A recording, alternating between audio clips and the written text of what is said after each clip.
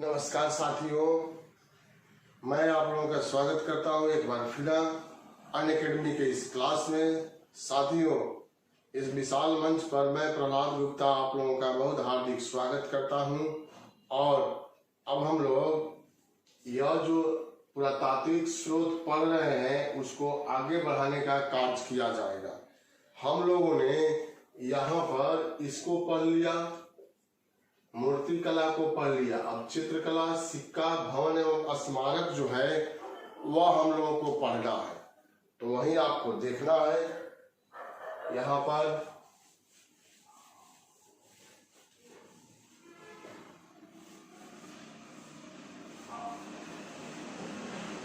अब हम लोग शुरुआत करेंगे। यहाँ तो यह चित्रकला से शुरुआत करेंगे।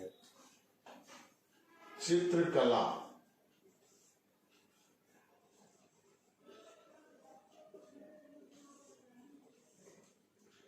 चित्रकला से भी परीक्षा में प्रश्न जो है वह पूछा जाता है। और यहाँ 4 चित्रकला के बारे में अगर हम लोग जान लेंगे तो अधिकांश प्रश्न जो है यहीं से पूछा जाता है। जैसे एक एक करके हम लोग इसके बारे में जानेंगे। साथियों, यहाँ पर हम लोग चर्चा करेंगे अजंता, अजंता की चित्रकला। चित्रकला या एलोरा की चित्रकला, एलिफेंटा की चित्रकला और बाघ की चित्रकला। तो अजंता मैंने यहां लिखा है। इसके बाद बाघ की चित्रकला,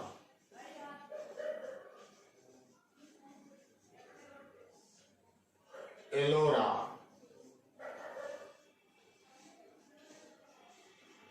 एलोरा की चित्रकला,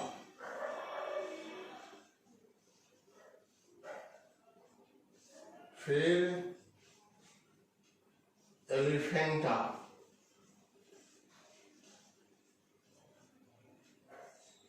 एलिफेंटा की चित्रकला।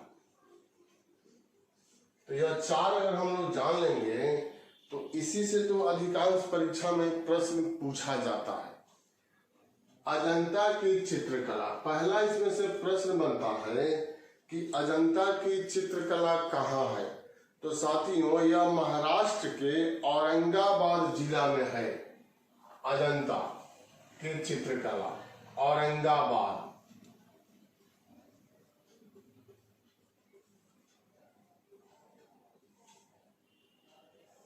महाराष्ट्र के औरंगाबाद।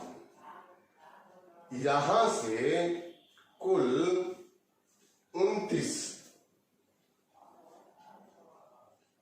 29 गुफा का साक्ष्य जो है वह प्राप्त हुआ है साथियों। और इस 29 गुफा में से 6 गुफा जो है वह सुरक्षित है। और वह 6 गुफा जो है वह जुड़वा के रूप में है।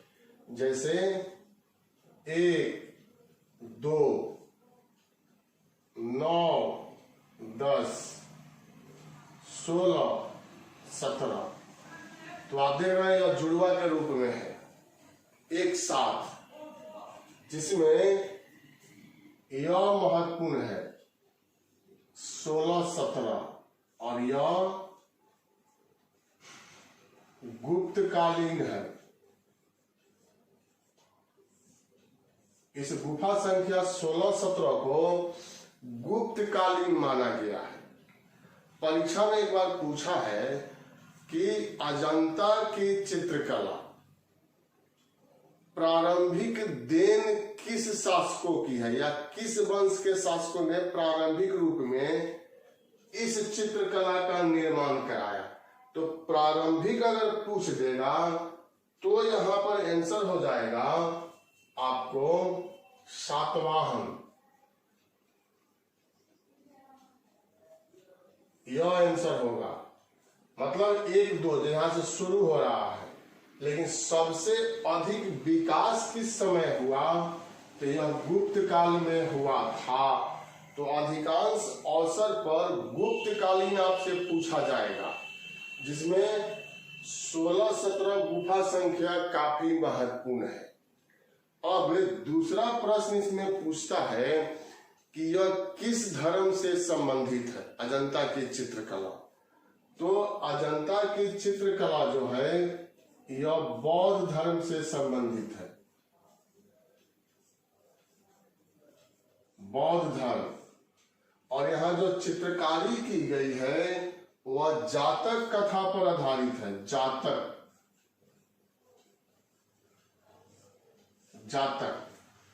जातक एक पुस्तक का भी नाम है। साहित्यिक स्रोत में जब आप आएंगे तो वहां हम लोग पढ़ेंगे बौद्ध धर्म ग्रंथ में जातक। इस जातक में भगवान बुद्ध के पूर्व जन्म की कहानियों का उल्लेख किया गया है। 550 बार उन्होंने जन्म लिया ऐसा माना गया है। एक बार और जन्म लेंगे मैत्रेय के रूप में भगवान बुद्ध। तो उन्हीं कहानियों का वर्णन इसमें है।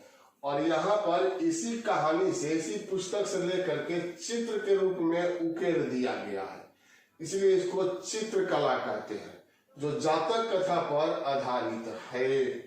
अब इसमें ज्यादा कठिन करेगा तो पूछ देगा बौद्ध धर्म की किस शाखा से संबंधित है अजंता की चित्रकला।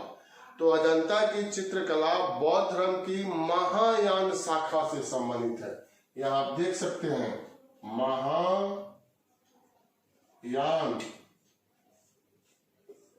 बौद्ध धर्म में हम लोग पढ़ेंगे कि चौथी बौद्ध संगति में बौद्ध धर्म जो है 2 भागों में बट गया, महायान शाखा और हीनयान शाखा।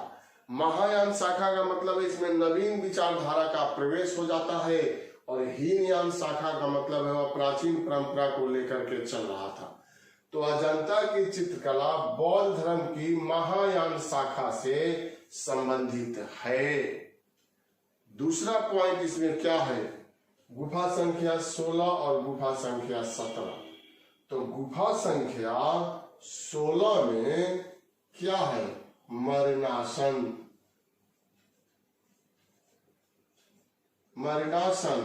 राजकुमारी का चित्र। इस गुफा संख्या 16 में आप जाएंगे देखेंगे मरणासन अवस्था में पहुंची हुई एक राजकुमारी का चित्र बनाया गया है। विद्वानों ने उनको महात्मा बुद्ध की पत्नी के रूप में इंगित किया है। हम आप जानते हैं कि भगवान बुद्ध घर का त्याग कर दिए थे 29 वर्ष की अवस्था में, बिना किसी को बतलाए, पत्नी को भी नहीं बतलाया था।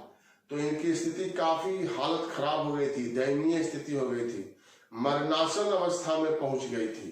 तो उसी को यहाँ चित्र के रूप में अंकित किया गया है। गुफा संख्या 17,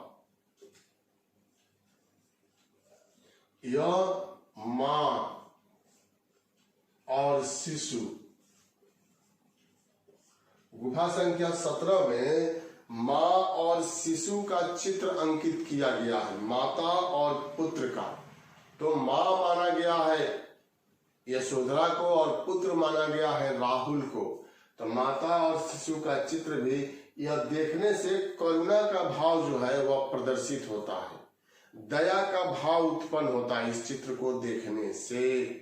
तो यही संक्षिप्त बात है अजंता की चित्रकला से, जो हम लोगों को देखना है। इसी में से परीक्षा में प्रश्न जो है वह पूछ देगा। इसके बाद है बाघ की चित्रकला। तो बाघ की चित्रकला मध्य प्रदेश में है। मध्य प्रदेश, यह है मध्य प्रदेश में बाघ नदी के किनारे, बाघ नामक गांव में। नर्मदा की यह सहायक नदी है बाघ, और गांव का नाम भी है बाघ, और यहां से मिला है चित्रकला का प्रमाण, इसलिए इसको कहते हैं बाघ की चित्रकला। यहां से 9 गुफा चित्र जो है वह मिला है, यहाँ से 29, यहाँ से 9, और यह भी बौद्ध धर्म की महायान शाखा से संबंधित है। तो अजंता की चित्रकला भी बौद्ध धर्म से, और बाघ की चित्रकला भी बौद्ध धर्म से संबंधित माना गया है। इसके बाद एलोरा की चित्रकला है, एलिफेंटा की चित्रकला है। यह आप लोग समझ लिए होंगे। इसको आप उतार भी सकते हैं, स्क्रीनशॉट भी ले सकते हैं, नोट भी कर सकते हैं आप पॉइंट के रूप में। महत्वपूर्ण पॉइंट है साथियों। और उसके बाद तब चर्चा करेंगे एलोरा की चित्रकला का और एलिफेंटा की चित्रकला। यह आप लोगों को समझ में आ गया होगा। अब इसके बाद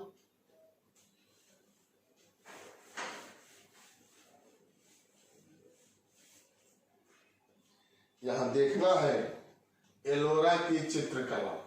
तो यह एलोरा की चित्रकला भी यह औरंगाबाद से ही मिला है।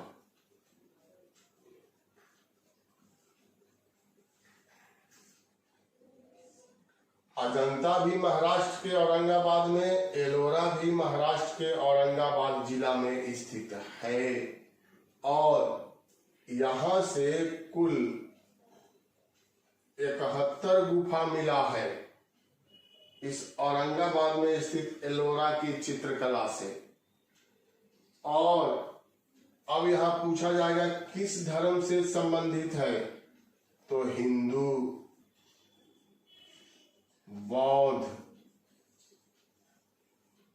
और जैन, तीनों से यह संबंधित है। हिंदू धर्म से, बौद्ध धर्म से और जैन धर्म, तीनों धर्मों से संबंधित है एलोरा की चित्रकला। कभी कभी यह हिंदू धर्म न दे करके क्या दे देगा, सनातन धर्म, सनातन इसके जगह पर। तो यह भी सही है, सनातन धर्म को ही हिंदू धर्म के नाम से हम लोग जानते हैं। तो यह एलोरा की चित्रकला से संबंधित हो गया। अब है एलिफेंटा। एलिफेंटा जो है यह चित्रकला, यह भी महाराष्ट्र में मुंबई बंदरगाह से 9 किलोमीटर की दूरी पर है। यह एक छोटा सा द्वीप के रूप में एलिफेंटा है। यह इसका प्राचीन नाम क्या था, धारा नगरी, धारा नगरी यही नाम था। पुर्तगाली लोग यहाँ पर शिकार खेलने के लिए आए थे और इन्होंने यहाँ पर इस धारा नगरी पर एक पत्थर का विशाल मूर्ति देखा, विशाल मूर्ति था, और इसीलिए इस धारा नगरी का नाम बदल करके एलिफेंटा रख दिया। तभी से हम लोग इसको एलिफेंटा की चित्रकला के नाम से जानते हैं। यह किस धर्म से संबंधित है, तो यह शैव धर्म से संबंधित है। शैव धर्म, भगवान शिव की त्रिमूर्ति यहाँ से प्राप्त हुआ है जो विश्वविख्यात है, विश्वविख्यात त्रिमूर्ति। तो साथियों यही जो है मुख्य रूप से चित्रकला के अंतर्गत हम लोगों को जानना था। और इस चित्रकला से भी भारत के इतिहास के बारे में महत्वपूर्ण जानकारी हम लोगों को प्राप्त हो जाता है। आपने यहाँ देखा यह बौद्ध धर्म की महायान शाखा से, यह बौद्ध धर्म की महायान शाखा से, यह तीनों धर्मों से संबंधित है, हिंदू धर्म, बौद्ध धर्म, जैन धर्म, और यह शैव धर्म से संबंधित है। तो यह महत्वपूर्ण चीज हुआ। अजंता की चित्रकला, एलोरा की चित्रकला, एलिफेंटा, यह तीनों महाराष्ट्र में, बाघ की चित्रकला जो है वह मध्य प्रदेश में है। इसका भी आप स्क्रीनशॉट ले सकते हैं या इसको आप उतार सकते हैं। और इसके बाद हम लोग शुरू करेंगे तो वह होगा सिक्का। सिक्का के बारे में जानेंगे और तब फिर भवन एवं स्मारक के बारे में जानेंगे। आप लोगों ने इसका स्क्रीनशॉट ले लिया होगा या इसको नोट कर लिया होगा। अब सिक्का के बारे में हम लोग देखते हैं।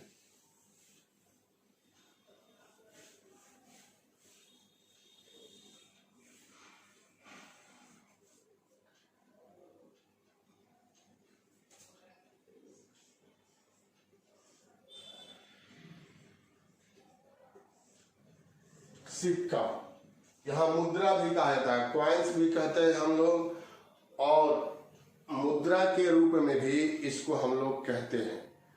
तो एक छोटा सा सिक्का से क्या इतिहास के बारे में जानकारी मिल सकता है, यह सोचने वाली बात है।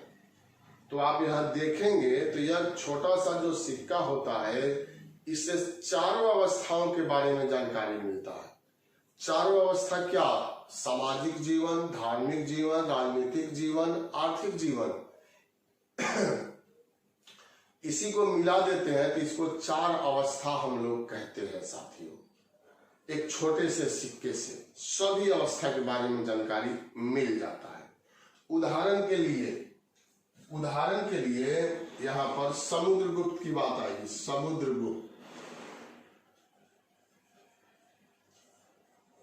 इसने 6 प्रकार का सिक्का जो है वह जारी किया था समुद्रगुप्त ने, जिसमें मान लीजिए व्याघ्रहंता प्रकार का सिक्का इसने जारी किया। इस पर दिखाया गया है कि यह बाघ का शिकार कर रहा है। तो इसे 2 पॉइंट तो कम से कम जरूर जानकारी मिलता है कि इसके काल में बाघ जो है वह जरूर रहते होंगे, तभी तो दिखलाया गया सिक्का पर। और दूसरा, इसको शिकार करते दिखलाया गया। इसका मतलब यह शिकार का शौकीन था, शिकार करने में यह रुचि रखता था, इसलिए व्याघ्रहंता। दूसरा,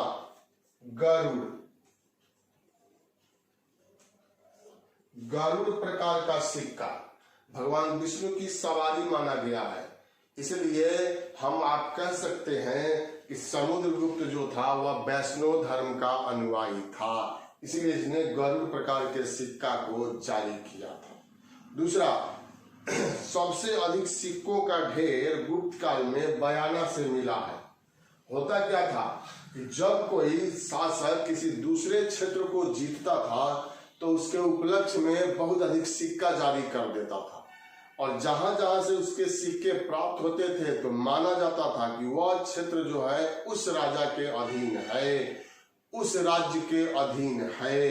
तो राजनीतिक जीवन के बारे में जानकारी हो गई, यहाँ धार्मिक जीवन के बारे में जानकारी हो गई, यहाँ आर्केटक जीवन के बारे में जानकारी हो गई, और सभी समाज में रहने वाले प्राणी भी इनका पालन करते थे। तो सामाजिक जीवन, गुप्त काल में सोने के सिक्कों में मिलावट होने लगा था, जिससे पता चलता है उनकी आर्थिक स्थिति के बारे में कि उनकी आर्थिक स्थिति अब धीरे धीरे कमजोर होते जा रहा था, जिसके चलते गुप्त वंश का पतन हो गया। तो एक छोटे से सिक्के से सभी अवस्थाओं के बारे में जानकारी हम लोगों को मिल जाता है। यह अब आप लोगों को क्लियर हो गया होगा कि सिक्कों से भी हम लोगों को बहुत अधिक जानकारी प्राप्त होता है। अब यहाँ परीक्षा के लिए जो क्वेश्चन बनता है, जो पॉइंट बनता है, वह हम लोगों को देखना है। यह तो सारा कॉन्सेप्ट के रूप में आएगा। अब यहाँ देखिए, सिक्का के अध्ययन को क्या कहते हैं? मुद्रा शास्त्र। मुद्रा शास्त्र, न्यूमिस्मेटिक्स, न्यूमिस्मेटिक्स।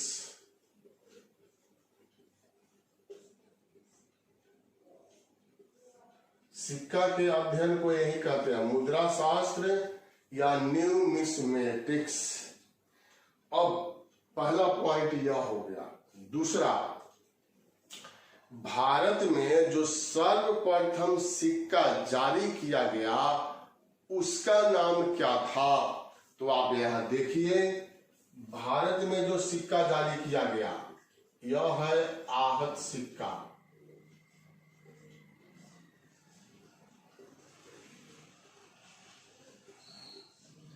आहत सिक्का, यह इसको पंच मार्क भी कहते हैं। पंच मार्क, आहत सिक्का को, यह किसका बना हुआ होता था? चांदी का। मतलब चांदी भारत में उपलब्ध था और यह चांदी के टुकड़ा के रूप में होता था आहत सिक्का। इस पर किसी राजा का नाम जो है वह अंकित नहीं है।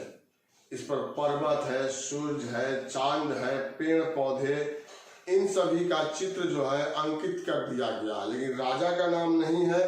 न इस पर कोई तिथि या राजा का वंशावली या उसके राज्यकाल के बारे में वर्णन किया गया, ऐसा कुछ भी नहीं है।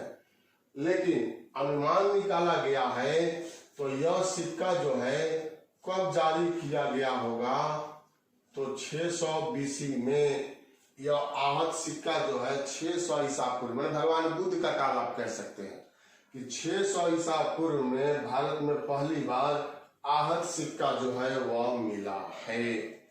अब दूसरा पॉइंट यह क्या बनेगा कि भारत में सबसे पहले सोने का सिक्का किन लोगों ने जारी किया। सोने का सिक्का, तो यहां स्वर्ण मुद्रा,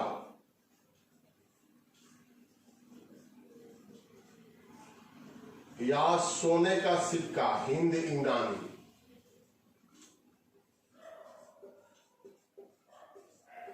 यही विकल्प में आपको रहेगा कि सबसे पहले सोने का सिक्का किन लोगों ने जारी किया, तो हिंद यूनानियों ने जारी किया, इंडो ग्रीक ने जारी किया था। दूसरा, सर्वप्रथम लेख युक्त सिक्का, लेख युक्त जिस पर राजा का नाम लिखा हो, जिस पर तिथि क्रम लिखा हो, उसको कहते हैं लेख युक्त सिक्का। किसने जारी किया, हिंद यूनानी। इन्हीं लोगों का नाम आएगा, हिंद यूनानियों का सबसे पहले लेख युक्त सिक्का, देखने में सुंदर और आकर्षक सिक्का, सुंदर या आकर्षक सिक्का हिंद यूनानी शासकों ने देखने में आकर्षक और सुंदर सिक्का को जारी किया था। सबसे अधिक शुद्ध सोने का सिक्का, शुद्ध सोने का सिक्का,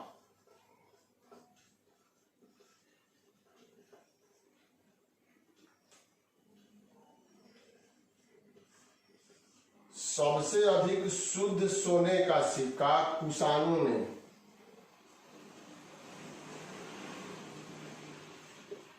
कुषाणों ने जारी किया था। इनके सिक्कों में मिलावट नहीं था, बिल्कुल शुद्ध था, प्योर गोल्ड का सिक्का। तो यह हम लोग यहां देख रहे हैं। सबसे अधिक सोने का सिक्का, सबसे अधिक सोने का सिक्का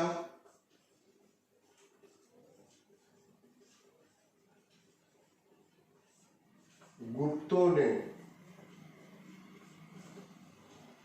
अंतर है, पूछ देगा सबसे अधिक सोने का सिक्का किन लोगों ने जारी किया, तो गुप्त वंश के शासकों ने, लेकिन यह सोने का सिक्का शुद्ध नहीं था, इसमें मिलावट था।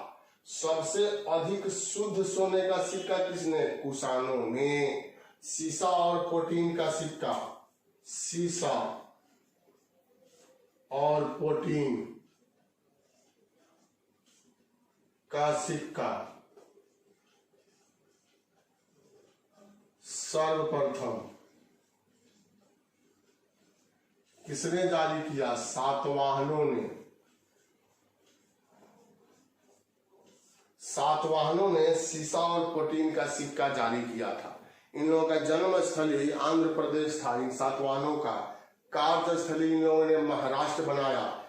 यहाँ आंध्र प्रदेश में सीसा और पोटीन एक साथ मिलता है, अधिक मात्रा में इन लोगों को प्राप्त हो रहा था, इसलिए इन लोगों ने सबसे पहले सीसा और पोटीन का सिक्का जारी कर दिया था। तो सिक्का से संबंधित यहाँ के लिए यह महत्वपूर्ण बात है। आपको यह निश्चित रूप से परीक्षा में पूछा जा सकता है, तो यह पॉइंट तो आपको हर हमेशा याद रखना है। सोने का सबसे पहले सिक्का हिंद यूनानियों ने, सबसे पहले लेख युक्त सिक्का हिंद यूनानियों ने, देखने में आकर्षक एवं सुंदर सिक्का हिंद यूनानियों ने, सबसे अधिक शुद्ध सोने का सिक्का कुषाणों ने, सबसे अधिक सोने का सिक्का गुप्तों ने, सीसा और प्रोटीन का सर्वप्रथम सिक्का सातवाहनों ने। और सिक्का के अध्ययन को क्या कहते हैं? न्यूमिस्मेटिक्स या मुद्रा शास्त्र कहते हैं। तो यही आप लोगों का पॉइंट है, लिखना है तो आप लिख सकते हैं, स्क्रीनशॉट लेना है तो ले सकते हैं। और इसके बाद हम लोग पढ़ेंगे भवन एवं स्मारक। यह हम लोगों का हो जाएगा भवन एवं स्मारक। तो साथियों, भवन एवं स्मारक में काफी महत्वपूर्ण पॉइंट है जो बार बार परीक्षा में हम लोगों को पूछा जाता है, तो वही अब ध्यान देना है। भवन एवं स्मारक।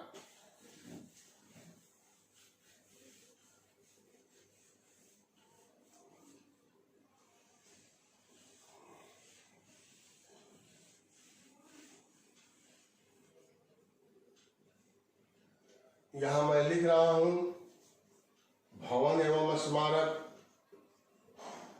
भवन एवं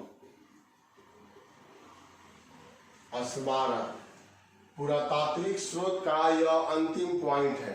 इसके बाद हम लोग साहित्यिक स्रोत की तरफ बढ़ेंगे। तो भवन एवं स्मारक में क्या क्या शामिल कर सकते हैं, यह आप यहां देखिए। यहां राजप्रसाद यह शामिल किया जा सकता है। इसके बाद मंदिर निर्माण शैली यह हम लोग शामिल करेंगे। स्तूप, चैत्य, विहार, अवशेष,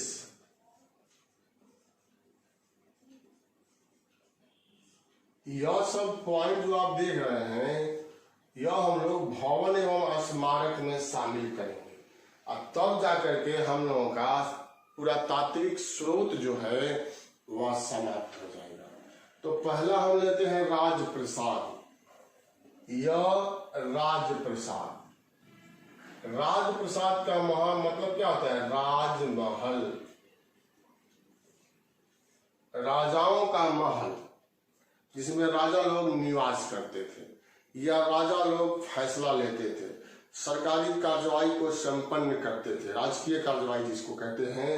तो यहां से एक प्रश्न हम लोगों का बनता है, जैसे चंद्रगुप्त मौर्य, चंद्रगुप्त मौर्य ने राजप्रसाद बनवाया था। राजप्रसाद, राजमहल का निर्माण कराया था। तो यहां पर हम लोगों को क्या पूछा जा सकता है कि कहां पर बनवाया चंद्रगुप्त मौर्य ने यह राजप्रसाद? तो कुम्हरार, कुम्हरार, पटना का कुम्हरार है। आप जाएंगे अभी पार्क के रूप में भी है और कुम्हरार संग्रहालय भी है। और वहां मौर्यों से संबंधित पुरातात्विक स्रोत को संग्रहित किया गया है, आप जा करके देख सकते हैं। तो यह कुम्हरार में बनवाया गया था। और दूसरा पूछेगा कि यह किसका बना हुआ था? तो यह लकड़ी का, लकड़ी से यह निर्मित है राजप्रसाद, काष्ठ से, लकड़ी से। ईंट का भी प्रयोग है लेकिन ज्यादा मात्रा में यह है, इसलिए हम लोग आंसर देते हैं लकड़ी का यह बना हुआ था। साथियों, यह राजप्रसाद चंद्रगुप्त मौर्य ने बनाया। कुछ विद्वान कहते हैं कि यह राजप्रसाद पर्सिपोलिस, पर्सिपोलिस राजमहल, इस पर्सिपोलिस राजमहल से यह प्रभावित है। पर्सिपोलिस क्या? यह ईरान की राजधानी का नाम है। ईरान की प्राचीन राजधानी पर्सिपोलिस, और इसी राजमहल से प्रभावित इसको माना गया है। लेकिन विद्वान कहते हैं कि नहीं, यह हड़प्पा सभ्यता का अनुकरण करता है, न कि पर्सिपोलिस के राजमहल से। तो राजप्रसाद में इतना ही संक्षिप्त बात हम लोगों को जानना है। आप इसको उतार सकते हैं, लिख सकते हैं, संक्षिप्त पॉइंट है, जल्दी जल्दी, या तो स्क्रीनशॉट भी इसका ले सकते हैं। इसके बाद हम लोग चर्चा करेंगे मंदिर निर्माण शैली। मंदिर निर्माण शैली, मंदिरों का जो निर्माण किया गया था।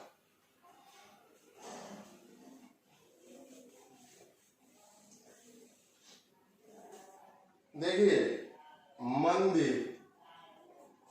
मंदिर जो है यह किसी न किसी शैली के अंतर्गत बनाए जाते हैं। और पूछ दे परीक्षा में कि भारत में सबसे पहले मंदिर का निर्माण किस काल में हुआ, तो यह गुप्त काल में हुआ। गुप्त काल में मंदिर का निर्माण सबसे पहले किया गया। मूर्ति का निर्माण तो हड़प्पा सभ्यता से ही शुरू हो गया था। पुरोहित का प्रमाण मिला, लेकिन मंदिर का प्रमाण नहीं मिला है। मंदिर का सबसे पहले प्रमाण जो है वह गुप्त काल में मिलता है। और यह मंदिर जो है वह 3 प्रमुख शैलियों में यह बनाए गए हैं भारत में। तो वह शैली कौन कौन है वह हम लोगों को देखना है। जैसे यहाँ आप देख सकते हैं, पहला यह है नागर शैली।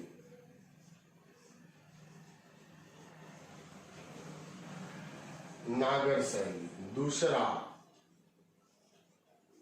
वेसर शैली।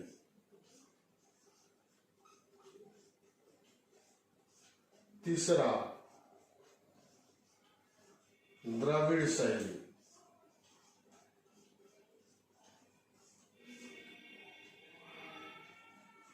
इसी 3 शैली के अंतर्गत जो है मंदिर का निर्माण किया गया।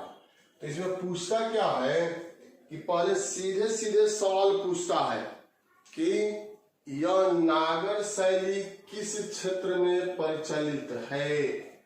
यह लोकप्रिय है उत्तर भारत। उत्तर भारत में यह नागर शैली प्रचलित है। ऐसे आप समझिए कि हिमालय से लेकर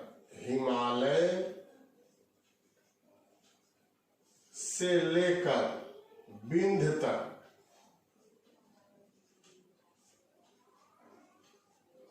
यही वह क्षेत्र है।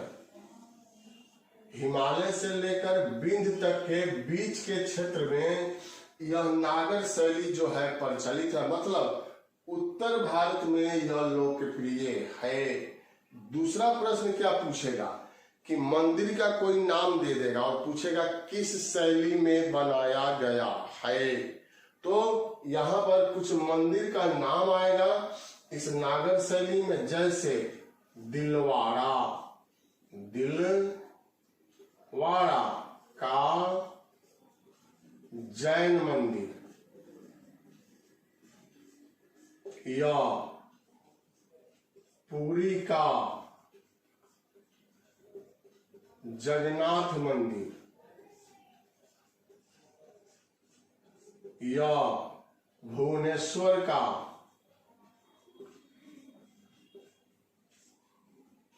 लिंगराज मंदिर,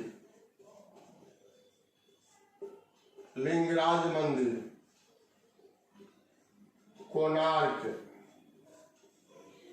का सूर्य मंदिर, यह सब नागर शैली में बनाया गया है।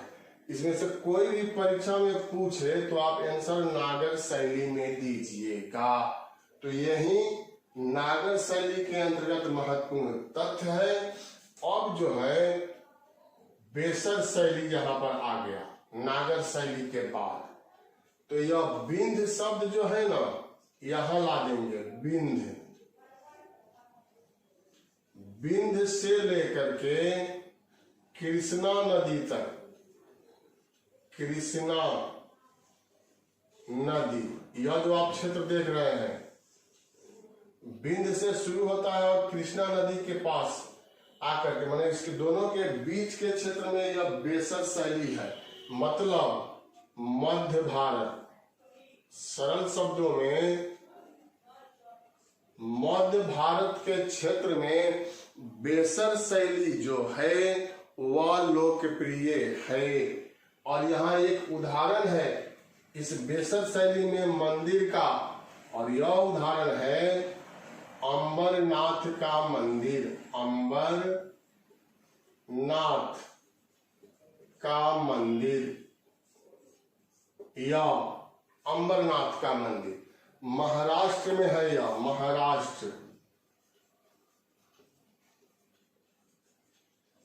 महाराष्ट्र के थाने में है यह अंबरनाथ का मंदिर। और यह बेसर शैली का काफी महत्वपूर्ण सर्वोत्तम उदाहरण कह सकते हैं। उसके बाद है द्रविड़ शैली, तीसरा। तो द्रविड़ शैली किस क्षेत्र में प्रचलित है? तो इस कृष्णा नदी को यहां ला दीजिए, कृष्णा नदी और कन्याकुमारी,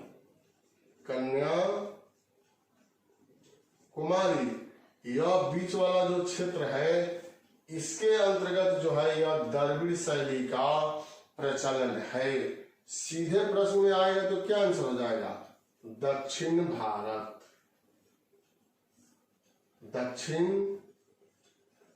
भारत, यह द्रविड़ शैली किस क्षेत्र में प्रचलित है? तो दक्षिण भारत में। राहुल द्रविड़ नामक खिलाड़ी का नाम आप लोग सुने होंगे, राहुल द्रविड़, जिनको दीवार कहा जाता था, द वॉल। क्रिकेट में आउट नहीं होते थे, बहुत सारा रिकॉर्ड है उनके नाम पर। शांत स्वभाव के थे खिलाड़ी और बहुत बड़े खिलाड़ी।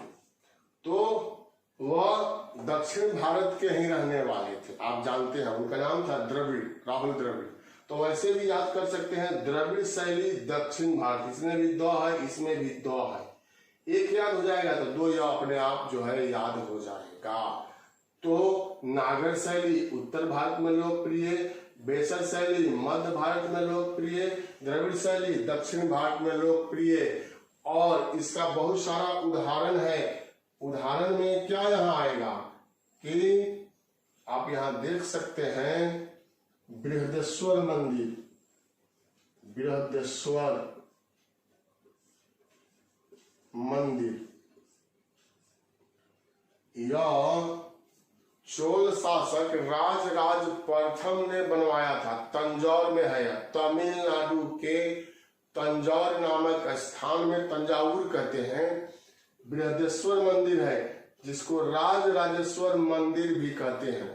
यह द्रविड़ शैली का सर्वश्रेष्ठ उदाहरण है। द्रविड़ शैली का सर्वश्रेष्ठ पहला स्थान पर इसको रखा जाता है। और भी सारा मंदिर है, जैसे ऐरावतेश्वर मंदिर का नाम आ जाता है, महाबलीपुरम का रथ मंदिर का नाम आता है, इसी तरह से कांची के कैलाशनाथ मंदिर का नाम आ जाता है। आगे हम लोग चैप्टर आएगा राष्ट्रकूट पल्लव चोल, तो उसमें हम लोग पढ़ेंगे। वह सब जो है द्रविड़ शैली के अंतर्गत आ जाएगा। तो यह आपका पॉइंट हो गया मंदिर निर्माण शैली से। अब यहाँ पर द्रविड़ शैली की दो विशेषता है और वह परीक्षा में पूछ देगा। इस द्रविड़ शैली की विशेषता क्या है? विमान, विमान कहते हैं। एक के ऊपर एक मंजिल को विमान कहा गया है। आप देखिएगा दक्षिण भारत के मंदिर के शिखर बहुत ऊंचे बनाए जाते हैं और ऐसे देखने में लगता है कि एक के ऊपर एक मंजिल बना दिया गया, उसमें रूम वगैरह बना दिया गया है, तो उसी को यहाँ विमान कहा गया है। दूसरा है गोपुरम, गोपुरम,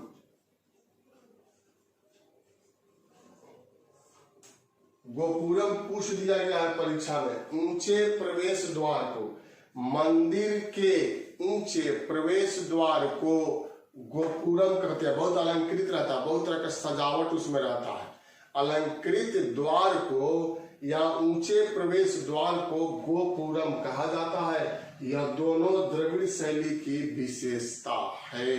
साथियों, अगर आपको लिखा हुआ नहीं दिया जाए और 2 पिक दे दिया जाए मंदिर का, तो आप यह सब विशेषता देख करके बता सकते हैं कि यह द्रविड़ शैली में बना है या नागर शैली में है या बेसर शैली में है। द्रविड़ शैली और नागर शैली दोनों का मिला हुआ रूप को बेसर शैली कहते हैं। तो उत्तर भारत में जो मंदिर है उसकी क्या विशेषता है, तो गर्भगृह, यहां लिख रहे हैं गर्भगृह, प्रदक्षिणा पथ, प्रदक्षिणा पथ नहीं अगर उसमें दिखाई दे रहा होगा तो यहां मैं बोल रहा हूं गर्भगृह और प्रदक्षिणा पथ। गर्भगृह जो कहते हैं, जब मंदिर में प्रवेश करते हैं तो बीच सेंटर जो होता है जहां मूर्ति स्थापित किया जाता है, बीच सेंटर को, उसी को गर्भगृह कहते हैं। यह उत्तर भारत के मंदिरों की विशेषता है। आप किसी भी मंदिर में जाएंगे तो देखेंगे बीच में ही मूर्ति स्थापित किया जाता है। और फिर प्रदक्षिणा पथ, मूर्ति जहां स्थापित किया जाता है, मान लीजिए कि यहाँ मूर्ति बीच सेंटर में स्थापित, इसके चारों तरफ ऐसे रास्ता टाइप का बनाया जाता है और इसी को प्रदक्षिणा पथ कहते हैं। लोग इसकी परिक्रमा भी करते हैं 5 बार 7 बार, इसीलिए इसको कहते हैं प्रदक्षिणा पथ। छोटा अगर मंदिर है, छोटा सा, उसमें अंदर जगह नहीं है तो बाहर से बना दिया जाता है प्रदक्षिणा पथ। यह उत्तर भारत के मंदिरों की विशेषता माना गया है। अब तो आपको समझ में आ गया होगा कि द्रविड़ शैली, नागर शैली और बेसर शैली की विशेषता और इतने महत्वपूर्ण तथ्य। इसके बाद हम लोग स्तूप है, चैत्य है, विहार है और शेष है, यह सब जब पढ़ लेंगे तब जाकर के पुरातात्विक स्रोत हम लोगों का साथियों समाप्त हो जाएगा। यह काफी महत्वपूर्ण पॉइंट है, इसको तो आपको नोट कर ही लेना चाहिए। स्क्रीनशॉट भी ले लीजिए, नोट्स बनाते चलिए, क्योंकि हम लोग शुरुआत से पढ़ रहे हैं, बहुत अधिक काम देगा आपको और इतना बारीकी से कोई भी आपको नहीं बता सकता है इतिहास।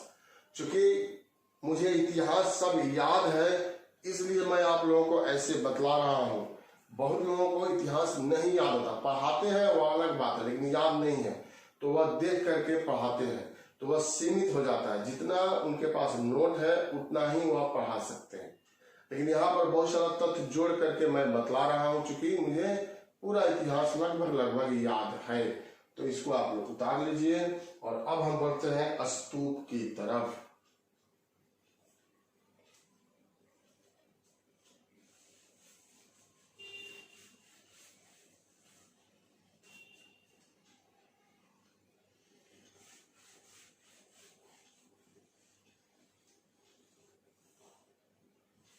स्तूप, यह संक्षिप्त है स्तूप।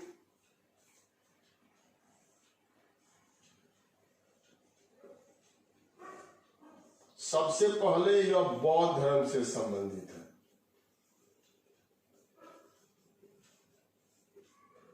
बौद्ध धर्म से यह स्तूप जो है संबंधित है। और यह किससे निर्मित है? ईंट से, ईंटों से निर्मित यह दिखाई देगा आप जहां भी जाएंगे।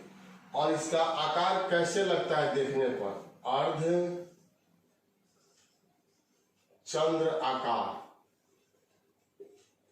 अर्ध चंद्र आकार का आप देखेंगे तो यह स्तूप जो है ईंटों से निर्मित अर्ध चंद्र आकार का है, जो ऐसे स्तंभ के रूप में निकाला गया है और यह बौद्ध धर्म से संबंधित है।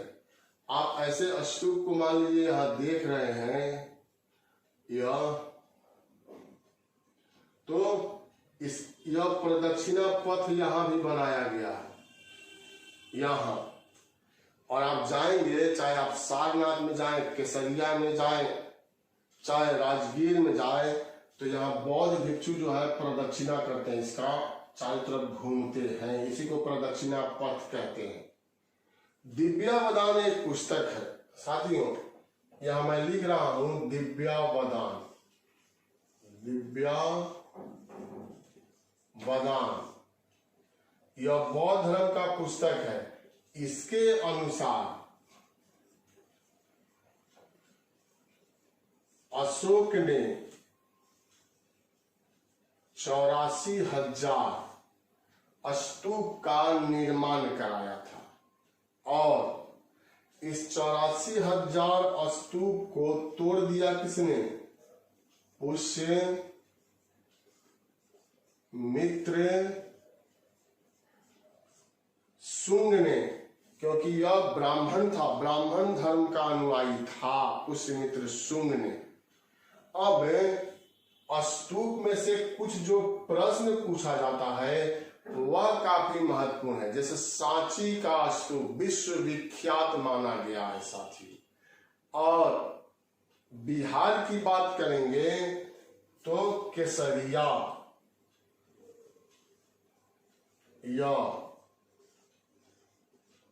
केसरिया का स्तूप, यह स्तूप विश्व का सबसे ऊंचा स्तूप है जो बिहार में है। तो यह बीपीएससी में पूछा जा सकता है, सीडीपीओ की परीक्षा में पूछा भी गया है। विश्व का सबसे ऊंचा स्तूप बिहार के पूर्वी चंपारण में स्थित है। राजगीर का स्तूप, राजगीर,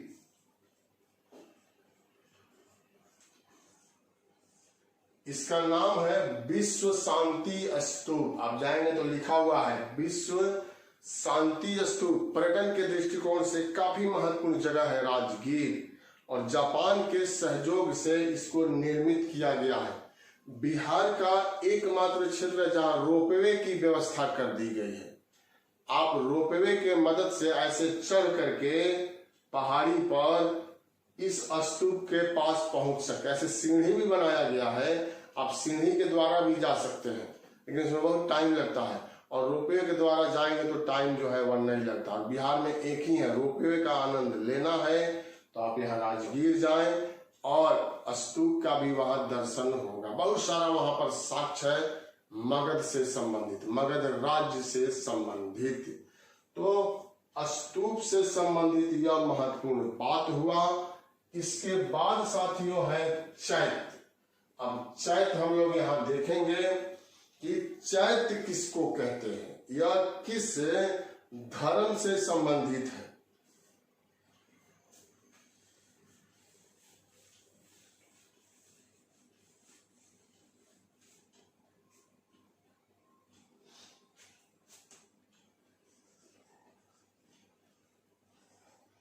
चैत्य यह किस धर्म से है? बौद्ध धर्म से यह भी है।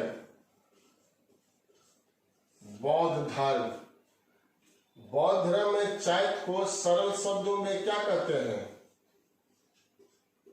पूजा घर,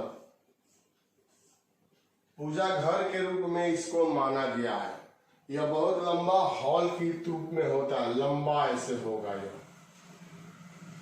यह चारों तरफ से खुला है और इसको पिलर पर खड़ा किया गया है। स्तंभ पर यह निर्मित है साथियों, बहुत लंबा, और इसमें दीवार नहीं है। ऐसे आप देख रहे हैं तो ये सब खुला हुआ है, केवल पिलर जो है वह लगा दिया गया है। इसी को यहाँ चैत्य कहा गया है। प्रत्येक साल यहाँ बौद्ध भिक्षु उपस्थित होते हैं और उपोषण का पाठ करते हैं इसी चैत्य में। इसलिए सरल शब्दों में इसको पूजा घर के नाम से संबोधित किया गया है। कार्ले का चैत्य, अमरावती का चैत्य, यह काफी जो है वह महत्वपूर्ण माना गया है। तो यही चैत्य से संबंधित संक्षिप्त बात है। बहुत अधिक विस्तारित जो है वह चैत्य से संबंधित बात नहीं है। अब यहाँ पर है विहार। तो विहार के बारे में हम लोग यहाँ चर्चा करेंगे।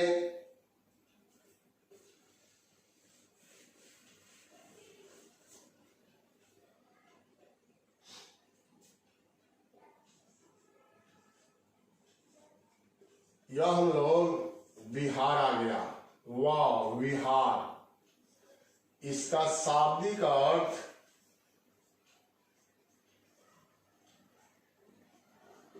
बौद्धों का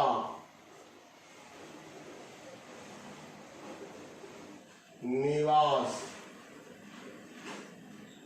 स्थल, बौद्ध भिक्षुओं का निवास स्थल इसका अर्थ हुआ। और बिहार शब्द भी इसी से बना है। अपने बिहार में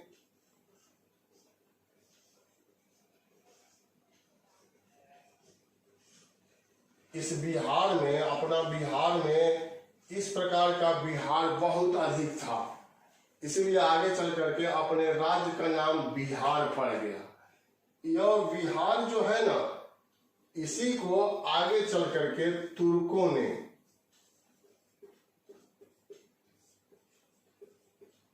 बिहार में परिवर्तित कर दिया। तो यह मुस्लिमों की देन है। यह नाम मुस्लिमों में कौन? तो यह तुर्कों की देन है, जिन्होंने बिहार से बिहार शब्द जो है वह बना दिया और अपने प्रदेश का नाम जो है वह बिहार हो गया। तो यह छोटा जो है तो बिहार, जहां पर बौद्ध भिक्षु निवास स्थल बनाते थे, लेकिन यहाँ बौद्ध धर्म से संबंधित शिक्षा दीक्षा भी दिया जाता था। तो जो शिक्षा दीक्षा दिया जाता था वह बहुत बड़े होते थे, विशाल होते थे, तो उनको कहा जाता था महाविहार। महाविहार, महा शब्द जुड़ जाएगा। अब यहाँ 3-4 महाविहार है जो परीक्षा में हम लोगों को पूछेगा, तो वह आपको यहाँ ध्यान देना है। पहला, विश्व का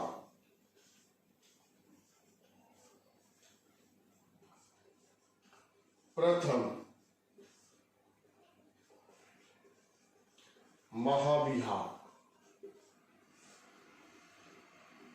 विश्व का प्रथम महाविहार। महाविहार शब्द नहीं देगा तो विश्वविद्यालय दे देगा, दोनों बात बराबर है। शिक्षा दीक्षा होता था तक्षशिला।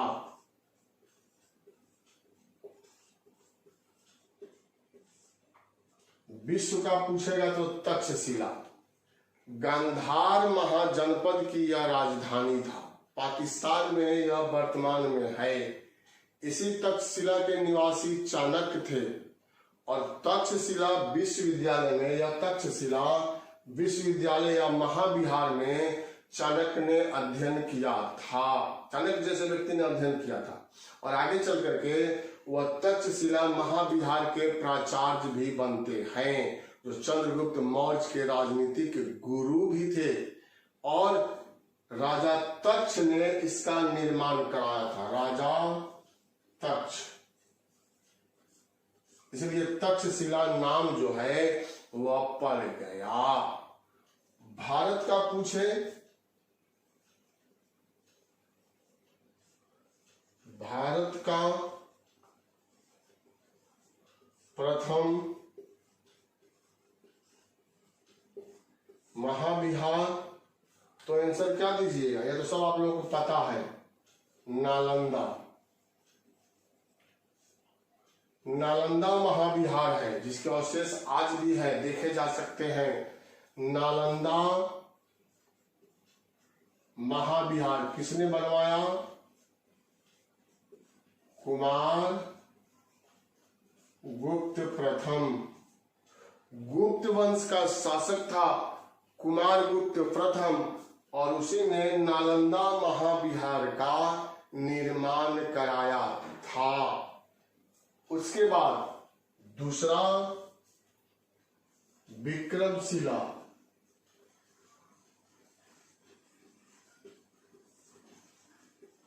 महाविहार यह है, यहां धर्मपाल आ जाएगा। विक्रमशिला महाविहार का निर्माण जो है वह धर्मपाल, पाल वंश का शासक था, और भागलपुर के समीप इसका निर्माण किया गया, और इसका नाम है विक्रमशिला महाविहार। इन दो का निर्माण, इसी में एक और आएगा ओदंतपुरी। ओदंतपुरी महाविहार यह आ जाएगा साथियों।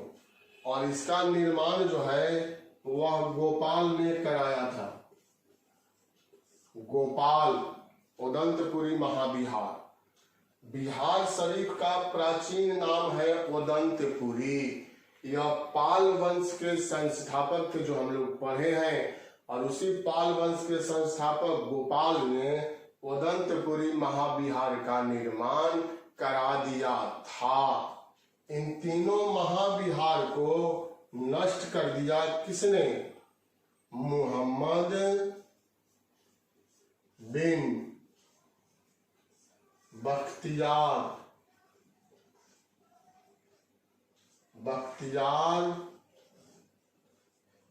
खिलजी ने इन तीनों महाविहार का निर्माण नष्ट करने वाला व्यक्ति जो है वह यही है। बिंबिसार ने बेलुवन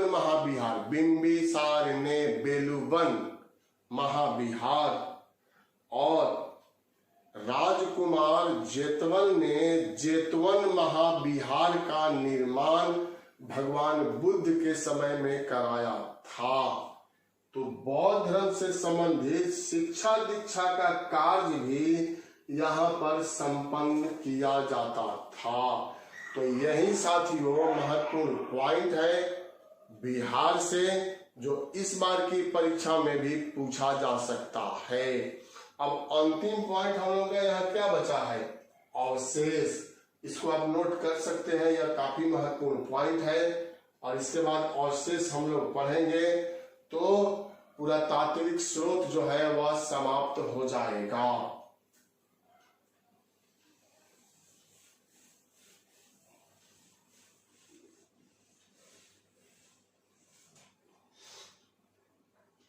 अवशेष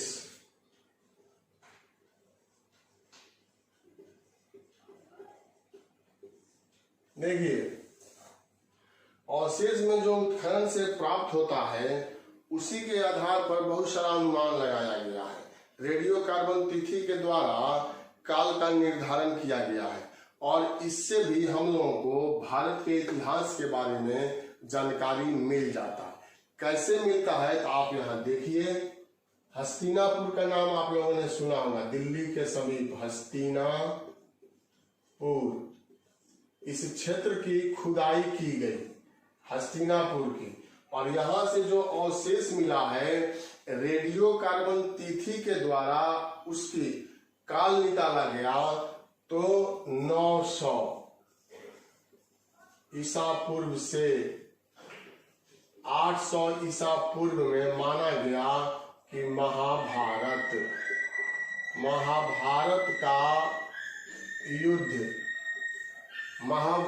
का युद्ध जो है वह 900 ईसा पूर्व से लेकर 800 ईसा पूर्व के बीच हुआ होगा। तो इसका लिखित प्रमाण तो हम लोगों के पास नहीं है। महाभारत है, लेकिन वह पुरातात्विक स्रोत की अपेक्षा अधिक प्रमाणिक नहीं है। लेकिन यह अवशेष से पता चलता है कि इसी काल में महाभारत का युद्ध जो है वह हो गया होगा। एक जगह है अरिकामेडु,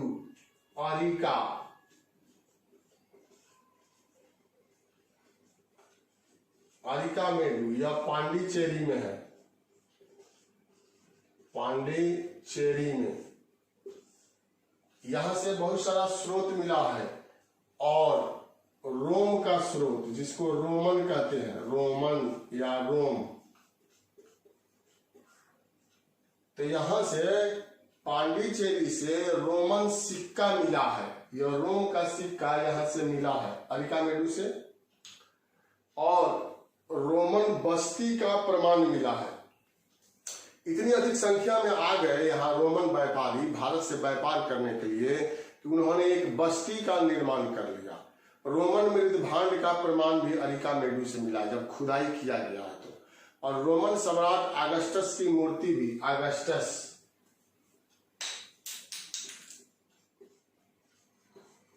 इनकी मूर्ति भी प्राप्त हुआ है। तो यह इससे क्या पता चलता है? इससे यह पता चलता है कि भारत का प्राचीन काल में रोम के साथ व्यापार रहा होगा, और इसी व्यापारिक क्रम में आदान प्रदान के क्रम में रोम की कुछ वस्तुएं अरिकामेडु आ गया, और भारत की कुछ वस्तुएं जो है वह रोम चला गया होगा। तो अवशेष से भी हम लोगों को बहुत महत्वपूर्ण जानकारी प्राप्त हो जाता है। भारतवर्ष में अवशेष की भरमार पड़ा हुआ है और उस पर कार्य भी किया जा रहा है। तो साथियों, पुरातात्विक स्रोत हम लोगों का यहीं पर आकर के समाप्त होता है। हम लोग पढ़ रहे हैं कि प्राचीन भारत के इतिहास का पुरातात्विक स्रोत। तो इसमें आपने देखा कि किस किस तथ्य को पुरातात्विक स्रोत में शामिल किया गया। इसके बाद हम लोग अगले वीडियो में पढ़ेंगे भारत के इतिहास के साहित्यिक स्रोत। कौन कौन से स्रोत है जिसके बलबूते पर प्राचीन भारत के इतिहास का निर्माण किया जा सकता है। तो वही अगला वीडियो हम लोगों का होगा। बहुत बहुत धन्यवाद आप लोगों का, बहुत बहुत शुभकामना। लाइक इसको कीजिए, लाइक की संख्या कम हो जाती है, व्यूज तो बहुत अधिक आ जाता है लेकिन लाइक आप लोग नहीं कर पाते हैं। यह हमें नहीं समझ में आता है कि क्यों नहीं लाइक कर पाते हैं या करते हैं। तो लाइक कीजिए, शेयर कीजिए। बहुत बहुत धन्यवाद। मिलते हैं फिर हम लोग अगले वीडियो में। शुभकामना।